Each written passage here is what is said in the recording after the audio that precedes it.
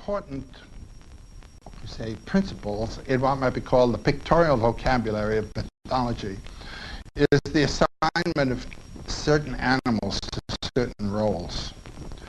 As soon as the sun and moon come in as very important powers, certain animals are assigned to the two different roles. They will be different, let's say, in America, primitive America, than in primitive Africa or primitive Europe. I'm going to talk about the European Asian system now, where you have lions and bulls. The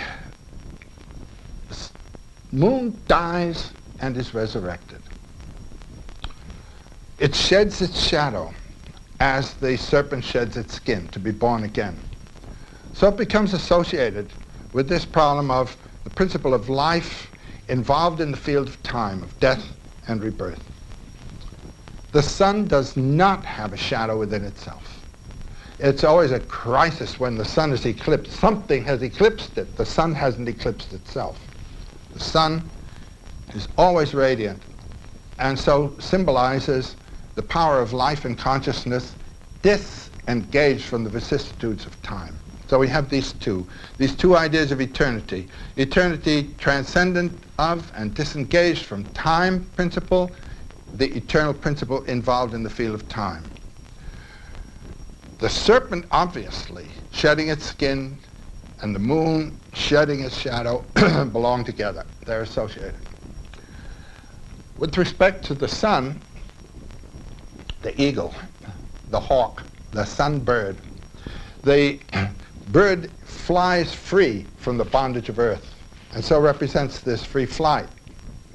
The serpent pounced on by the eagle. It's a motif you get in Mexico, you get it among the Greeks, you get it in the Southeast Asia, the Garuda, the sunbird pouncing on the serpent.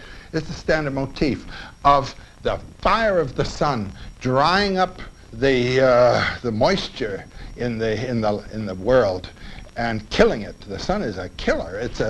The warrior is a solar figure.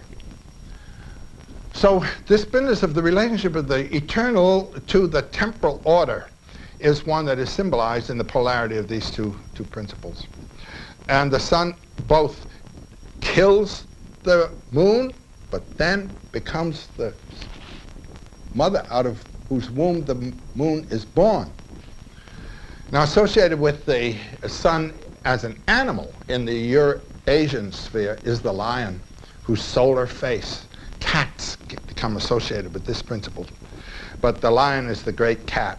And the tiger, leopard, cheetah, these animals may be associated with this solar principle, which pounces on the gazelle, just as the sun pounces on the moon to kill it.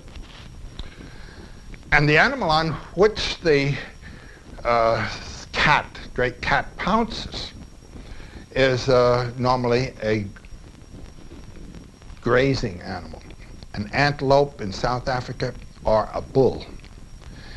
The horns of a bull and the horns of the crescent moon are associated. So we have a solar, lunar, lion, bull, eagle, serpent polarity. This is sort of basic symbolism for this mystery and the relationship of the two eternities to each other. The eternity in the field of time, which the bull represents. The bull, in order to represent the moon, must die so that a young bull can come. And the bull becomes the primary sacrificial animal in cults where there are cattle. Another animal that has this association in an earlier culture stratum is the boar, the pig, whose tusks, the crescent moons, the black face of the boar between the dying moon, the resurrected moon, the 3 nights dark. You'll notice that Easter and Good Friday and Easter are associated with the moon. The first full moon after the spring equinox, the solar-lunar coincidence there, maximums. And Christ is 3 days in the tomb as the moon is 3 days dark and the stone is removed. What has happened in all the dead and resurrected God mythologies is that lunar symbolism has been taken over. Now, in the Christian sacrifice, it goes back to the Semitic tradition where they did not have the bull, but they had the sheep, the ram. So Jesus is the sacrificed lamb. You have the sacrifice in that role. The ram is the solar symbol in Egypt. The god Amun, the creator, is associated with the ram. So these associations are speaking the same old story of finding the eternal life in the temporal.